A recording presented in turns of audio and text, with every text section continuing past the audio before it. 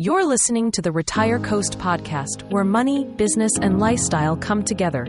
Join us each week as we explore smarter financial planning, starting and growing businesses, and building the life you want at every stage, from millennials and Gen X to today's retirees.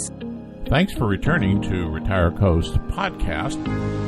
We're going to be talking today about something I think that's very enjoyable. This is a great article that we wrote on RetireCoast.com and then converted it into this podcast.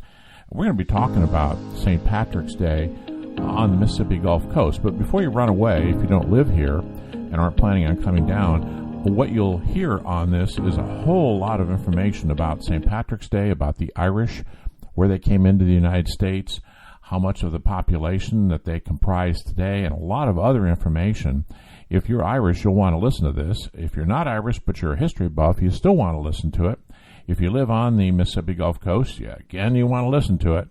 And if you're just curious about what St. Patrick's Day celebrations are like and all of the things that led up to it, including how people got here from Ireland, you'll want to listen to this. We have a dialogue that follows in just a couple of seconds here, so please stay and listen. Also, go to RetireCoast.com for the entire article for this same title, Shamrock, Shenanigans, and Southern Charm, a guide to St. Patrick's Day on the Mississippi Gulf Coast. Thank you, and stand by. Here we go. Welcome back to the Deep Dive. It is great to have you with us. Today, we are setting our sights on something that, on the surface, feels incredibly familiar. It's a topic where, if I just said the name, you'd probably have an immediate mental image. You'd think of a specific color, a specific type of beverage. Oh, yeah. Usually dyed green. Exactly. Usually dyed green. And maybe a vague sense of, I don't know, revelry. Right. Plastic hats, Kiss Me, I'm Irish buttons, the whole commercialized package that you see everywhere in March. Precisely. Yeah. We are talking about St. Patrick's Day. But, and this is a massive but, we are not talking about the St. Patrick's Day you might see in a generic beer commercial. No, this is much more specific. We're doing a very specific, very localized deep dive. We are looking at St. Patrick's Day on the Mississippi Gulf Coast for the year 2026. And honestly, this is one of those topics where the deeper you dig, the more you realize how little you actually knew. I mean, I thought I had a handle on it. I completely agree. Before I read the source material for today, I thought, okay, it's a parade, it's a party, green beer, simple. Yeah, check, and check. But the guide we are working with paints a picture of something that is so much deeper, so much richer, and honestly, historically heavier than I ever expected. Heavier is a good word for it. This isn't just a day down there. Yeah, it's practically a season. It really is. It's a season of celebration. That is the perfect word for it, the one the source uses. It manages to blend this ancient Irish heritage, which we will absolutely get into, with a very distinct, very palpable Southern charm. It's a cultural hybrid that you really don't find in many other places in the United States. And the vibe described in our source material is just different. It's described as incredibly inclusive. The phrase used is that everyone is Irish for the day. Which is such a welcoming thought. It is. And this is a big one for anyone watching their wallet in the economy of 2026. Almost all the festivities are free. Which is a rarity these days, let's be honest. Yeah. Finding a multi-week cultural festival that doesn't charge admission at every turn, that's special. Truly. So let's orient ourselves and you, the listener. We are unpacking a comprehensive guide titled Shamrock, Shenanigans, and Southern Charm. Great title. It is. This was published on RetireCoast.com on January 28, 2026, and they just updated it on February 15th, 2026. So we are working with fresh, on-the-ground intel here. And what I appreciate about this particular guide is the scope. It doesn't just give you a list of times and places, though it does do that, and we will get to those logistics because there are some major changes this year. Oh, that's right. Big changes. But it spans the entire spectrum. It goes from the grim, gritty history of Irish immigrants in the 19th century, which, fair warning, is a tough read, but absolutely essential context. Essential, yeah. All the way to the food recommendations and even like cultural etiquette, what to say, what to wear. So our mission today is pretty straightforward. We want to move beyond the surface level. We want to move beyond the green beer and the plastic shamrocks. Get past the kitsch. We want to unpack the why behind these celebrations. Why is the Irish influence so heavy in the Deep South? I mean, when you think of Irish immigration, you usually think of Boston or New York, right? Absolutely. Those are the default associations for almost everyone. The South doesn't immediately spring to mind. So we need to figure out why Mississippi plays such a huge role. And then, once we understand that history, We are going to give you the what and the where so you can navigate the 2026 festivities like a local. The practical guide. The practical guide. I have to admit, I'm personally very excited to talk about the food section later. I've already got some notes. The food is definitely a highlight, no question. But for me, the hook is the history. I think a lot of people are going to be surprised by the depth of the Irish footprint in this region. I think so too. It's not just that they arrived, it's how they arrived and what they had to survive to establish the community that is celebrating this month. Well, let's jump right into that. Let's start with the people. When we talk about the Irish diaspora, specifically in relation to the Gulf Coast and the U.S. in general, what kind of numbers are we looking at here? I mean, this is where the scale just hits you. Because I feel like everyone claims to be a little bit Irish on March 17th. It feels like a fun thing to say. They do, but the data really backs it up. The numbers are staggering.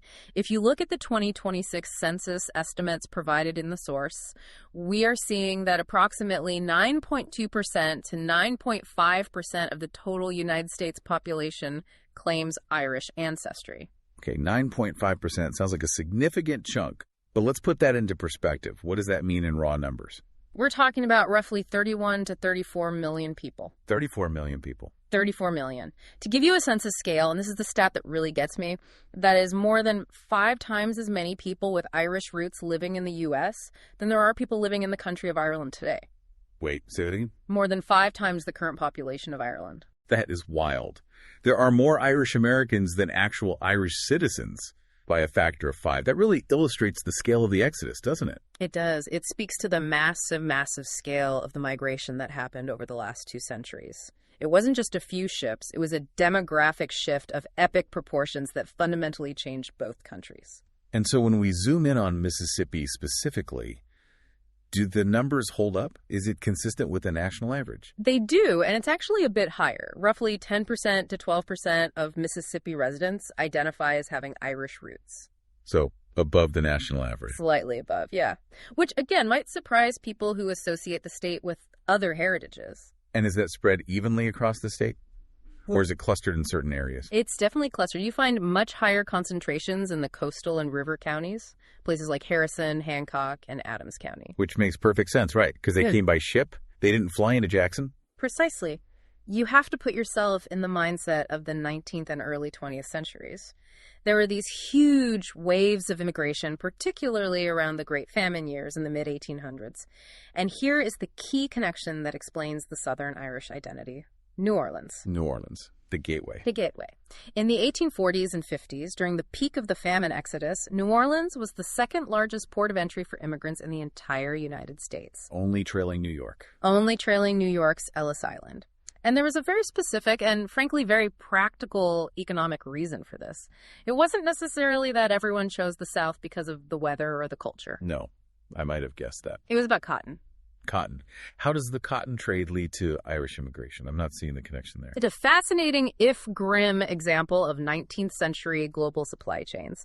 So you have these ships sailing from New Orleans to Liverpool, England, packed to the gills with cotton. That was the primary export of the South, the engine of the economy. Like King Cotton. King Cotton. But when those ships came back to New Orleans, they needed cargo. You can't sail an empty ship across the Atlantic easily. You need ballast to keep it stable. And people became the ballast. In a way, yes. Desperate, impoverished people.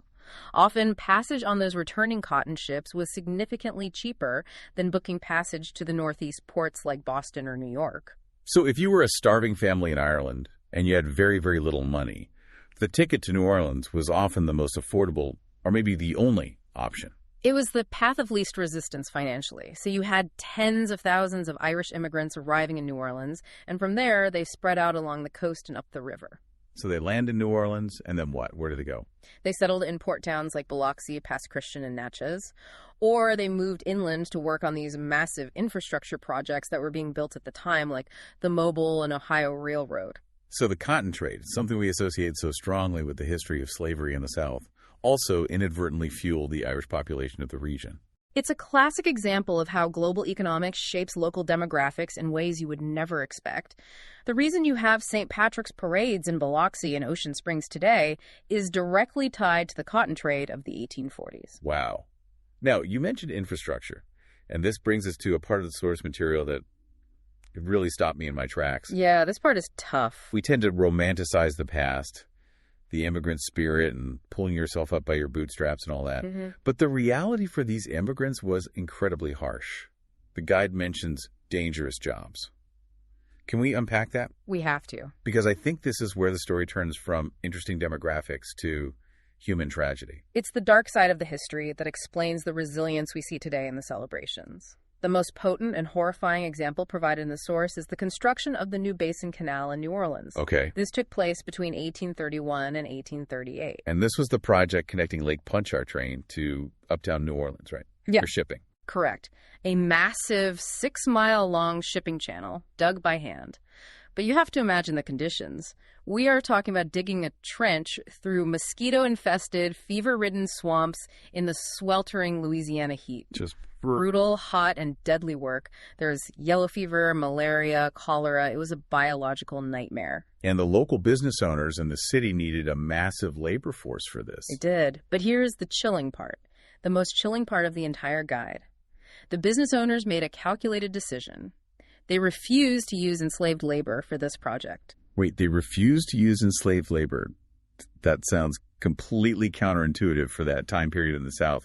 Usually we assume the worst, most dangerous work was forced upon enslaved people. And it normally was, but this was a purely financial calculation. Enslaved people were considered expensive assets property that held high financial value. Right, they were bought and sold. An enslaved person in the 1830s could cost the equivalent of tens of thousands of dollars in today's money. If an enslaved person died of yellow fever or cholera in that swamp, that was a significant financial loss to the owner. It's horrific to speak of human beings in terms of capital loss, but that was the mindset. That was the cold, hard calculus. They didn't want to risk their property. So they needed another source of labor. They needed a source of labor they considered expendable. Expendable. That is a heavy word. It's the word the history books use, and it's accurate. They hired the newly arrived Irish immigrants because if an Irish worker died, there was no capital loss to the business. So they were disposable. They were paid roughly $1 a day. If they died, the company just hired the next person off the boat from Cork. And the human cost. What does the source say? It was horrific. The estimates are wide-ranging because the record-keeping was so poor, but they suggest that anywhere from 8,000 to 20,000 Irish workers died during the construction of that canal. Up to 20,000. As many as 20,000. That's a small city. That is an unimaginable amount of death for one single construction project. It is. Most died from yellow fever and cholera. And the source mentions that many, if not most, were buried in unmarked graves in the very levees they built surrounding the canal. Their bodies became part of the project. So they're literally buried in their work. Literally. It is cited as one of the deadliest public works projects in American history, and it was built on the backs and the bodies of Irish immigrants. That really, really changes the context of the celebration, doesn't it? It's not just, yay, we're Irish. It's, we survived this. Exactly. This is the crucial transition. It's not a story about victimhood. It's a story about resilience. The survivors didn't just leave or disappear. They stayed and built a community from that trauma. And that's where the Irish Channel comes from. That's where it comes from. They formed the Irish Channel neighborhood in New Orleans, right along the river. This became the working class heart of the city dock workers, laborers, domestic servants. And central to that survival was the Catholic Church. The source mentioned St. Patrick's Church specifically. Yes, constructed in 1840 on Camp Street. It's this incredible Gothic revival masterpiece, but more than that, it stands as a monument to that faith and that resilience. It was the physical and spiritual anchor for a community that was being treated as expendable by the rest of society. And over time, that community didn't just stay in the working class. No, they integrated. They moved from that brutal manual labor digging canals and working the docks into civil service. They became the backbone of the police and fire departments in New Orleans and other coastal cities. And from there, into politics. Eventually, yes. They built a political machine that seized power, breaking the long-held dominance of the old French and Spanish Creole elite. So they went from digging the ditches to running the city. In a manner of speaking, yes. And that trajectory from the absolute bottom of the socioeconomic ladder to the halls of power is a huge part of the Irish-American identity in the South. It's a story of pure grit. It's fascinating how that history leaves little fingerprints everywhere, even in things we don't immediately associate with Ireland. Like the source brings up the local accent. Yes. I've heard this before. People visit New Orleans or the coast, and they're completely confused because the locals sound like they're from Brooklyn or Boston. Yacht accent. Yeah. It's a great linguistic mystery for tourists. You're expecting a southern drawl, and you get this very distinct, almost northeastern sound. The name itself comes from the greeting, "Where yacht?" Right, where yacht, instead of how are you. So why is that? Is that really an Irish thing? It is deeply, deeply connected. Remember what we said earlier. New Orleans and New York were the two major ports for Irish immigration. The two biggest gateways. So you had the exact same base ingredients being poured into both cities at the same time. You had the Hiberno-English speech patterns from the Irish immigrants, Okay. mixing with the languages of other major immigrant groups like German and Italian immigrants who were also flooding into both cities' working-class neighborhoods. So it's like a convergent evolution of language. The same ingredients in two different pots cooked up a very similar sounding dish. Exactly. That specific mix of Irish, German, and Italian influences created the yacht dialect in New Orleans, and it's characterized by vowel shifts and non-rhotic pronunciation that are remarkably similar to classic NYC dialects. So when you hear that accent, you are literally hearing the echo of the ships arriving in the 1850s. You are hearing history. It's a sonic reminder of that shared port history. It's incredible. That is so cool. It's like history you can actually hear. Now, let's talk about another cultural echo, the parades. Because the guide mentions that the parades down here aren't your standard away from a float kind of affair. No, they are interactive. Very interactive. And the St. Patrick's Day Parade in the Irish Channel in New Orleans really sets the tone for this. This is the one with the food throwing, right? This is the one. In most parades, you might catch plastic beads or moon pies, which they also have. But in the Irish Channel tradition, which has spilled over to the coast, the marchers and people on flutes hand out ingredients for Irish stew. Wait, they actually throw food into the crowd? They do. Cabbages, carrots, potatoes, onions, whole sticks of sausage sometimes. You can literally catch your dinner for the night. That is amazing. And slightly dangerous. I'm imagining getting hit by a flying cabbage. You have to keep your head on a swivel. But there's a deeper meaning to it. It's not just for fun. What's the symbolism? It's symbolic of making groceries, which is the local term for grocery shopping. It reflects that history we just talked about, that history of poverty and communal survival. So it's about the community feeding one another. Exactly. When you were poor and struggling in the Irish Channel, the community made sure you had enough to make a stew. The floats tossing cabbages is a joyful reenactment of that communal survival instinct. I love that. It's fun, but it has a real soul to it. It's not just a random gimmick. Not at all. And speaking of the parades, the source highlights a specific group on the Mississippi Gulf Coast, the Hibernia Marching Society. Yes, founded locally in 1979, they are really the ones who took that New Orleans spirit, that tradition, and cemented it on the Mississippi Gulf Coast. They gave it a distinct coastal flavor. Okay, so we have the history, we have the culture, we have the context. Now let's get practical. The logistics. Yes. If I am listening to this and I want to go to the Mississippi Gulf Coast in March 2026, what do I absolutely need to know? Because the guide calls it a season, not just a day. That's the first mindset shift. Don't just show up on March 17th and expect that to be the big day. It's not. The celebrations stretch across multiple weekends. And again, most of it is free to the public. Which is huge. But there is a massive critical update for 2026 that we need to flag right at the top.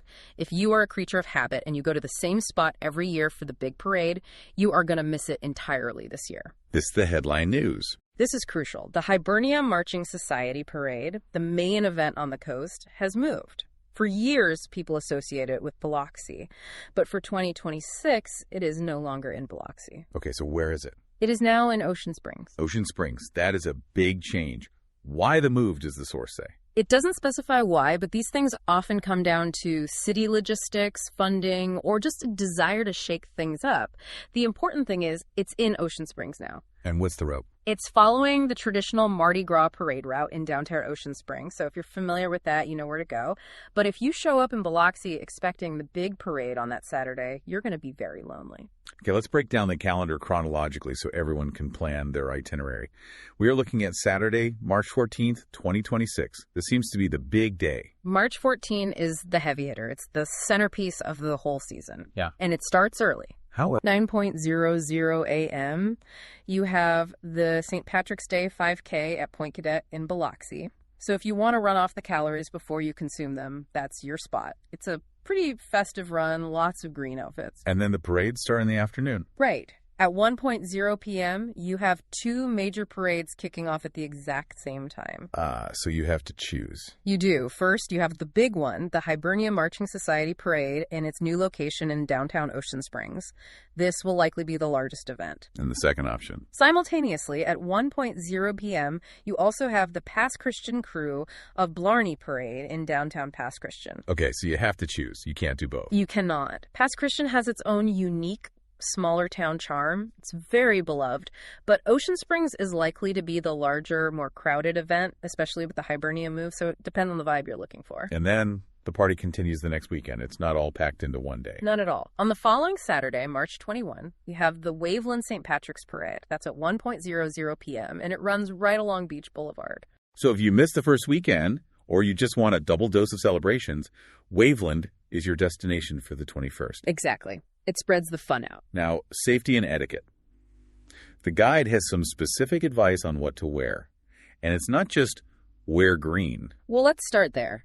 Green is the standard to avoid getting pinched. That's the playground rule that has somehow survived into adulthood. A time-honored tradition. It is. But the guide offers a fantastic style tip for the history buffs listening. If you want to be historically accurate, you should actually wear sky blue. Sky blue for St. Patrick's Day. That feels wrong. I know, it sounds counterintuitive, but that is the historical color originally associated with St. Patrick. It's a color known as St. Patrick's blue. So where did the green come from? The green came later. It became prominent because of Ireland's nickname, the Emerald Isle, and its association with the Shamrock, and later with Irish independence movements. But St. Patrick's original color, the one tied to the Order of St. Patrick, was blue. That is a great deep dive fact to drop at a party. Actually, my sky blue is more authentic than your Kelly green. Exactly. You'll sound very smart. Aside from color, the guide emphasizes layers. March on the coast is tricky. The highs hover around 70 degrees Fahrenheit, which sounds lovely. Sounds perfect. But the breeze coming off the Mississippi Sound can be surprisingly chilly, especially if you're standing in the shade for a couple of hours waiting for a parade.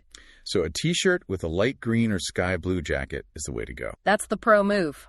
Be prepared for both sun and chill. And regarding parade safety, what's the advice there? Standard but important stuff. Arrive early to get a good spot. Stay behind the barriers. The police are pretty strict about that. And watch for flying objects. And watch for throws. We mentioned cabbages. Getting hit in the head with a cabbage or a bag of potatoes is a different experience than getting hit with a few plastic beads. Good point. Keep your head on a swivel, especially if you have kids with you. And hydrate. It's so easy to get caught up in the festivities, maybe have a few of those green beers, but the sun and the breeze can dehydrate you quickly. Water is your friend. Speaking of consumption, let's get to my favorite part, the feast. The guide makes a point to say, we need to go beyond corned beef. It does, and this is so important. Corned beef and cabbage is the famous Irish-American staple, and we should really emphasize the American part. Right, you mentioned that earlier. It's a product of the diaspora. It is. It's what Irish immigrants in America could afford and find, borrowing from their Jewish neighbors in places like New York. It's delicious, but it's not the end-all be-all of Irish cuisine. The source highlights some true coast favorites that dig a little deeper. Let's run down the menu. What should we be looking for? What should we be ordering if we see it? First, there's the great pie debate. Shepherd's pie versus cottage pie. Do you know the difference? I honestly thought they were the same thing. I've seen them used interchangeably on menus. Most people do, and many restaurants get it wrong. But strictly speaking, shepherd's pie is made with lamb, hence the shepherd. Oh, that makes perfect sense. Shepherds herd sheep. Right. And cottage pie is made with beef. Both are topped with that delicious, savory mashed potato crust, but the meat defines the name. Mind blown. Okay, I'll never get that wrong again. What else is on the menu? Bangers and mash. Absolute classic. Sausages with a rich onion gravy and a pile of mashed potatoes. Pure comfort food. Can't go wrong with that. Then you have colcannon. Colcannon, that's fun to say. What is it? It's essentially loaded mashed potatoes, the Irish way. It's mashed potatoes mixed with kale or cabbage and plenty of butter. It's simple peasant food that tastes like pure luxury. Amen. What else? Then there is boxty. Boxty? Boxty. It's a traditional Irish potato pancake. It can be made with a mix of grated and mashed potatoes.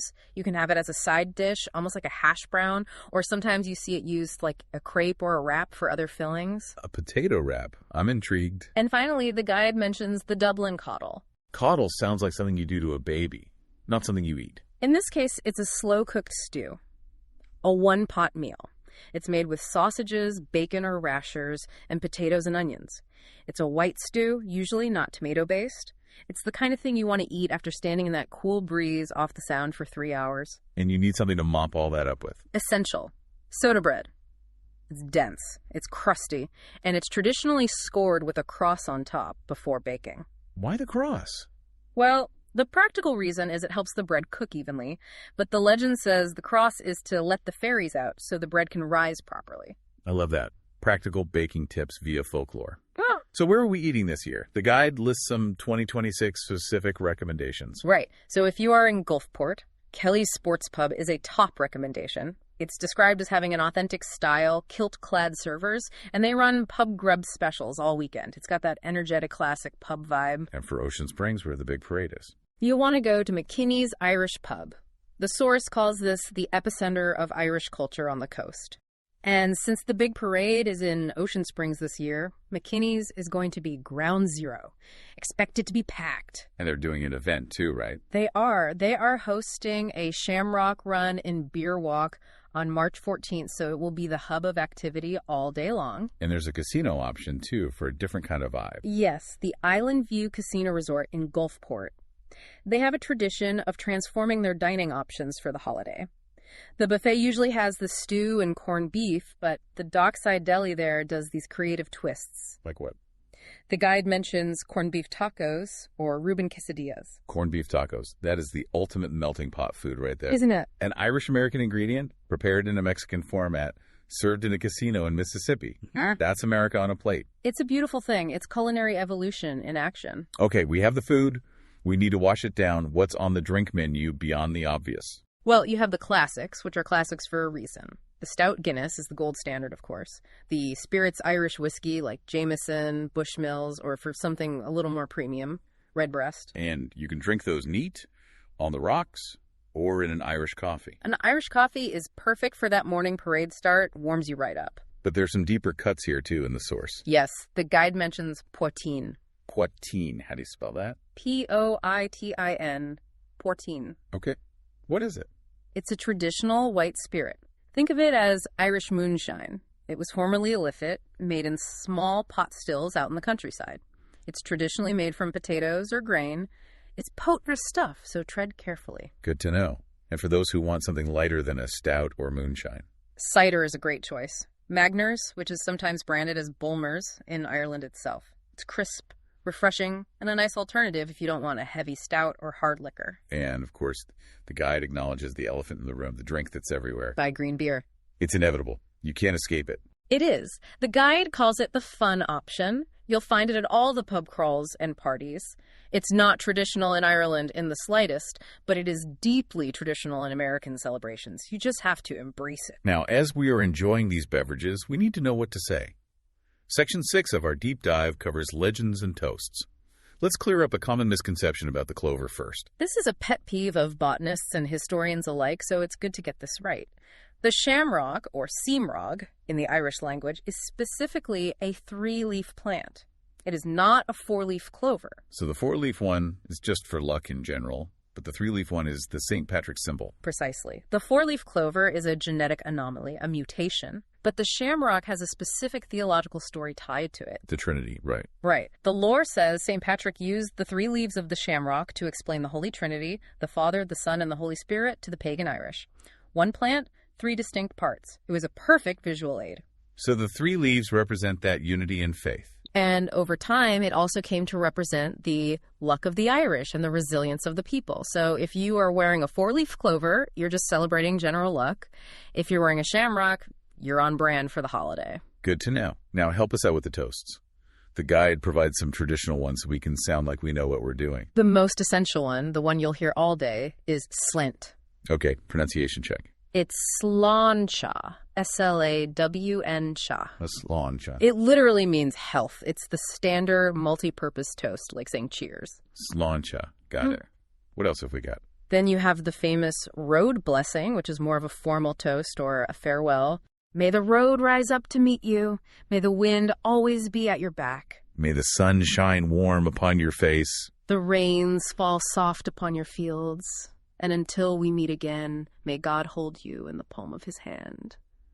It's just beautiful. A lovely wish for safe travels and an easy life. And there's a witty one in there, too, for a more lighthearted moment. Yes, I like this one. It's very pub-friendly. Here's to a long life and a merry one, a pretty girl and an honest one, a cold beer and another one. A cold beer and another one. Ah. That sounds like a good policy for the weekend. Within reason, of course. Of course.